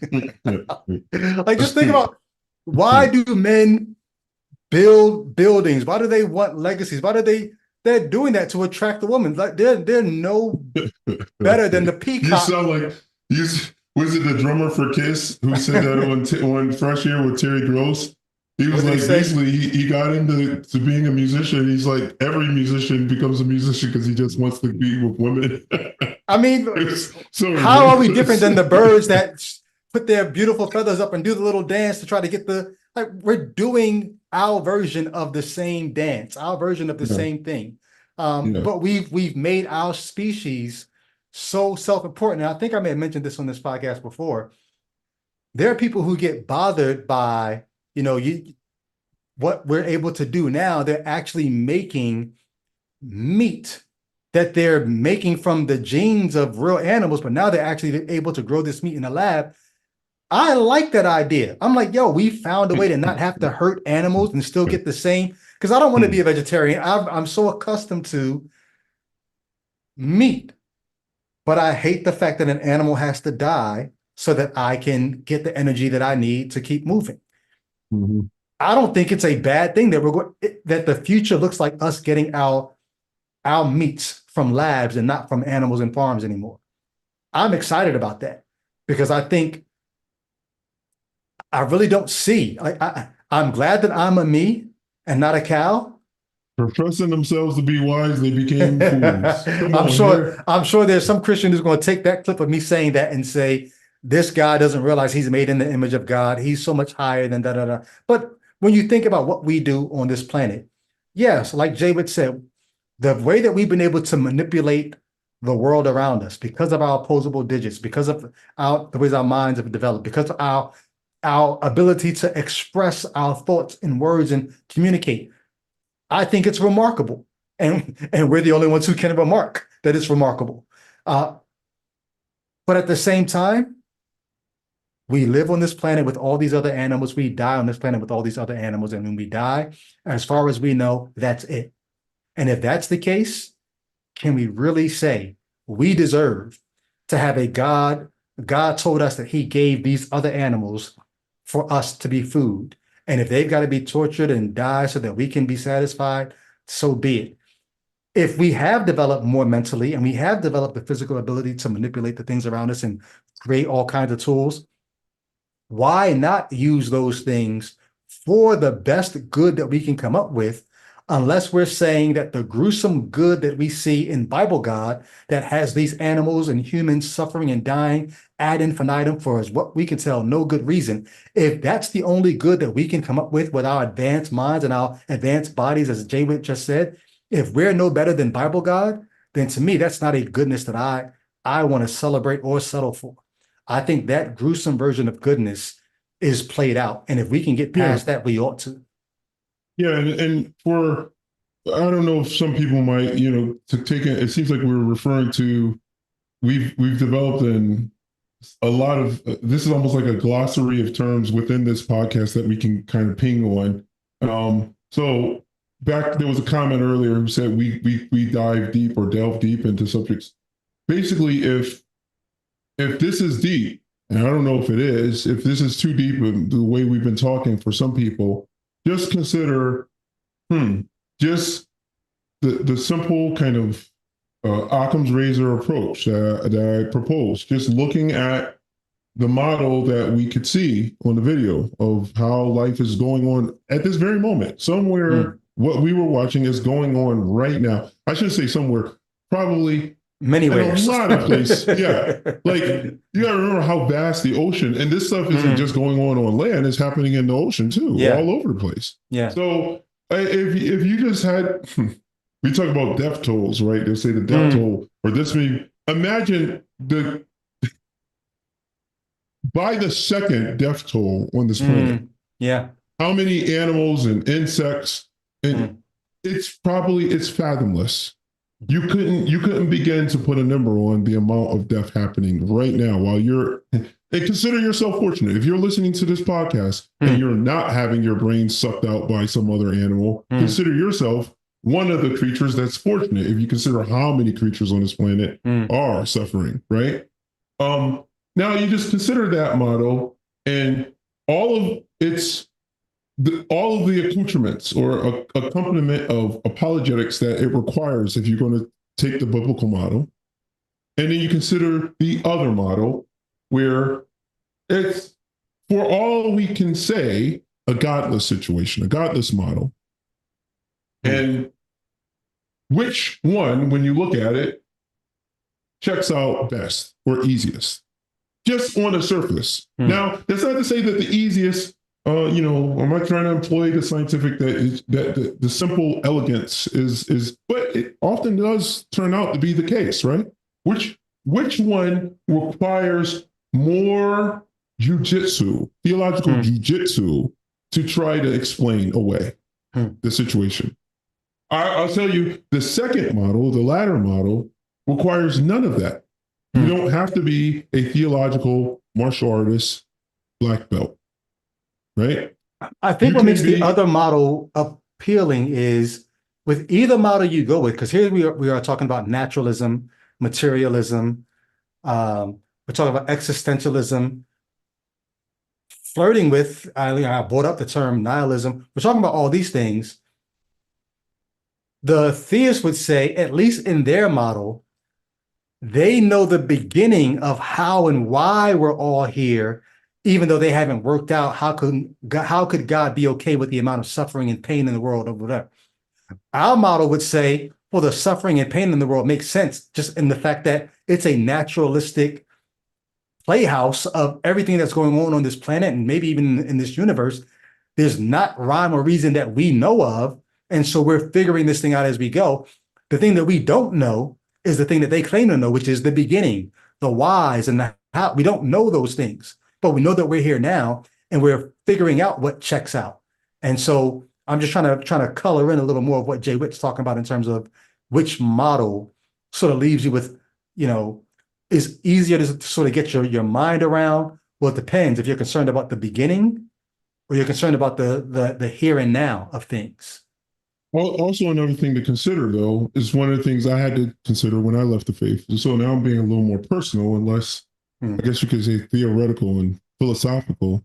Maybe I shouldn't say that because there is a bit of that here. It dawned on me at some point that I don't need to know the beginning or how. I don't have to know that.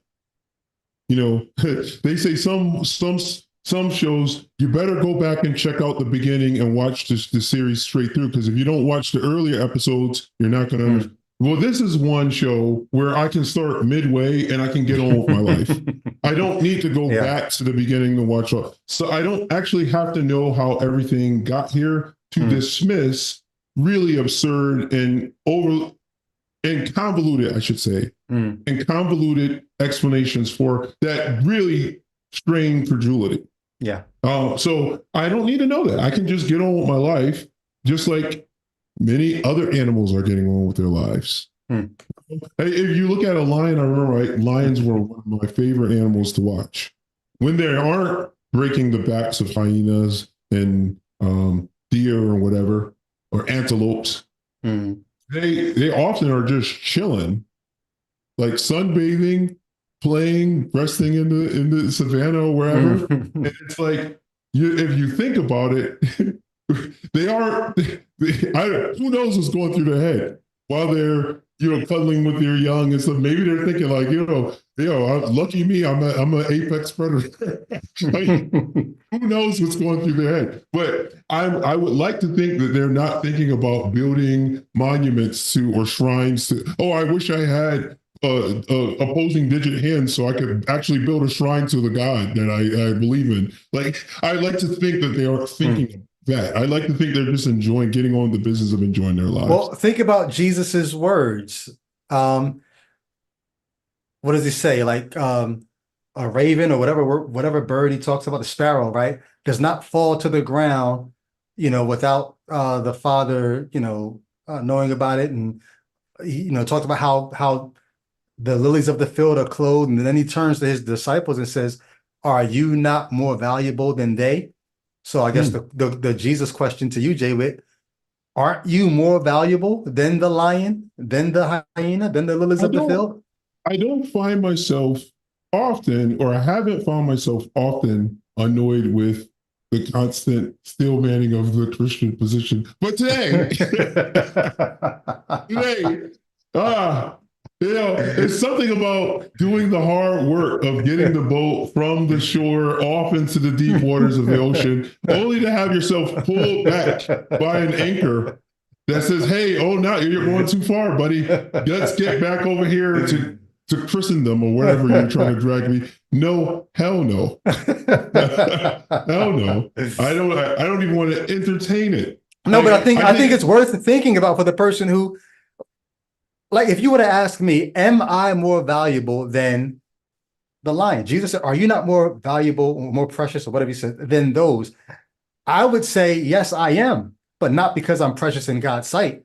My life is more valuable to me than those things to me. I'm not saying my life is more valuable to God than those things.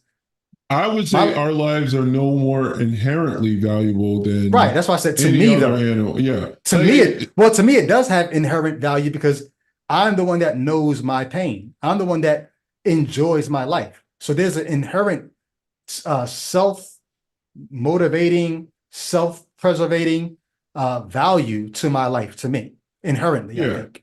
Yeah, I think, but I don't think that's unique to human beings. I think almost every sentient living creature has values its life. But I think if I'm talking value outside of that, just in terms of it's like, it's a value is something that's assigned by, I always use creature. People say, "Oh, that implies creator." It's just the word. Believe me, it's like saying Godspeed to someone or something. The way I'm using it. I'm talking animals or species. Well, how about you just say this? Value is assigned by the valuer. You don't even have to say by the creature, by the valuer. The one who's doing the evaluation is the one who determines the value. Yeah, well, yeah. I mean, I don't mind using creatures.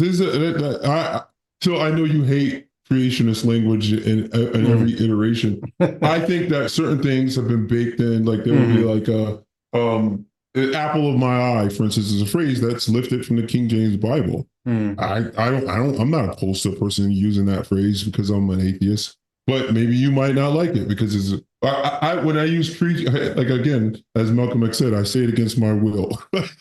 I only said what I said because you stopped yourself from saying it. So I'm just like, rather than go through all that, just I stopped myself because I actually anticipate. Right. But yes, no value again. Like I do. This is I remember a relative died, and I remember I was being encouraged at the time by a roommate to kill. I think it was a mouse or something, and I refused to do it because at that time I was just. I was struck by, there's a proverb that says better to be a living dog than a dead lion. And I actually enjoyed that, or I shouldn't say enjoyed, I understood the significance of that proverb. It's in the Bible. And because I actually value, I was like, man, the smallest gnat is actually alive and my relative is dead. This is a close relative. And it's just that quality of being animated by life was something that was more precious to me in that moment than it ever had been, because I was like, wow, like when you think about being a living dog than a dead, like you could be as powerful a lion as you want. When you're dead, you're dead. And so I, for the longest, wouldn't kill anything. I would go out of my way when an insect flew into the building, to the room, to let the window open, to let it go. Why? Because I was like, wow, it's easy to take the life, but once something is dead, you can't bring it back to life. And so there was something that was almost magical about life. And I never forgot that lesson. Of course, as time went on, like anything else, you start swatting the mosquito or whatever. And given what's going on with mosquitoes up in Massachusetts right now, I don't know if you guys are watching the news, you need to be swatting them, right? But just thinking about the quality of life itself as being something precious and shared across like the species, like that quality of the animating force of being alive. Like you said, you were talking about bacteria, like they have it. Like your dead relative doesn't have it, like as but the bacteria or whatever, something growing in your commode has the animating feature of being alive. It is a wondrous thing, and it's something that has democratized, I think, in my mind, the project of living on this planet. We're all sharing a planet, and there is a sense in which, like you say, I value my life and those lives of others who I share the species with, but over and above other animals and insects and stuff. But at the same time, there is another sense in which I do recognize that is a totally meritless basis for ultimate value. And I do recognize that life itself is valuable on some level. So I don't know if what I'm speaking right now sounds like a riddle to some people, but just consider the value in just the animation of just the animating force of life. It's something that is it's mysterious, and it is why some people will be vegetarians or vegans, etc. Even in those cases, you have to like kind of kill something to stay alive, right? So it's really, I'm going on and on, and I'll probably overstay. We've already been 2 hours, I guess, right? We just hit the 2-hour mark. So I like in the comments, if you made it this far, we appreciate you guys rocking with us. This podcast, this episode took a turn for the, it didn't get dark, I don't think, but it did get kind of just introspective in a way that I wasn't counting on or expecting. But I'll look for your comments in the thread below. what do you hear us saying? I think we said a lot here about God's gruesome goodness, the planet that we live on with the pain and suffering. We could have did a whole episode. We didn't even really touch on the problem of evil like we could have, but we sort of danced around the problem of evil. I like that we didn't, though. Yeah. I like that we didn't go there, because that's where it always goes, right? Yeah. It feels good for us to go somewhere else. And maybe that's the deep dive that the person was talking about, because you could just talk about the problem of evil on the surface, but I think what we did today was we went deep just on what's behind the problem of evil. Why is it a problem? Especially when it comes to animal predation. So yeah, I'll leave it there. Yeah, it's a wondrous world that we live in, for sure. Like, there's just, yeah. And we could go on forever, because it's like, yeah, I mean, then you have the beauty of sunsets and the intuition, the awe that's like intuitively induced by viewing beautiful sunsets and flowers. And like, there are certain things that some people will just fall down and say, oh, this is just so wonderful, there has to be a God that made it. But there's just, so like, the fact that you've evolved in a way where you can see a certain portion of the spectrum, which enables you to see the iridescence of the feathers of the peacock that you were describing earlier. You've evolved, your eyes have evolved to be able to perceive the iridescent feathers on the peacock. Right. Like, so what's beautiful to you is subjective to the kind of being that you became. It's not like it's objectively beautiful. Right. But at the same time, like, clearly, like, worked into nature is like a certain kind of intrinsic, awe-inspiring kind of beauty. Like, the fact that the peacock puts his feathers up to kind of, gesture to his mate shows you that it's like intrinsic to the species. And not only can they see it, we can see it. And it's like, yeah, that is and the peacock's feathers have become the basis of designs in West Africa for fabrics, textiles, etc. And we can go on and on. But like, just looking at a beautiful sunset, I'll never forget it, earlier this summer, seeing a beautiful hazy orange reddish, kind of almost neon pinkish orange red color coming in my window, and looking up only to see that it was the sunset. It's just really beautiful, raking over the clouds with cerulean blue, like dabbled in there. It's like, are you kidding me? This is gorgeous to behold. But you got to remember, my eyes have evolved to be able to perceive that. Now, now on one level, someone would say, you're suppressing the truth in your unrighteousness by not acknowledging the God who's, and on another level, you could say, hey, this is just a wondrous planet that's so complex. While I'm beholding this beautiful sunset, there is a hyena whose back is being broken simultaneously. Like, you know what I mean? So you never get too caught up in that and lose sight on the bigger picture.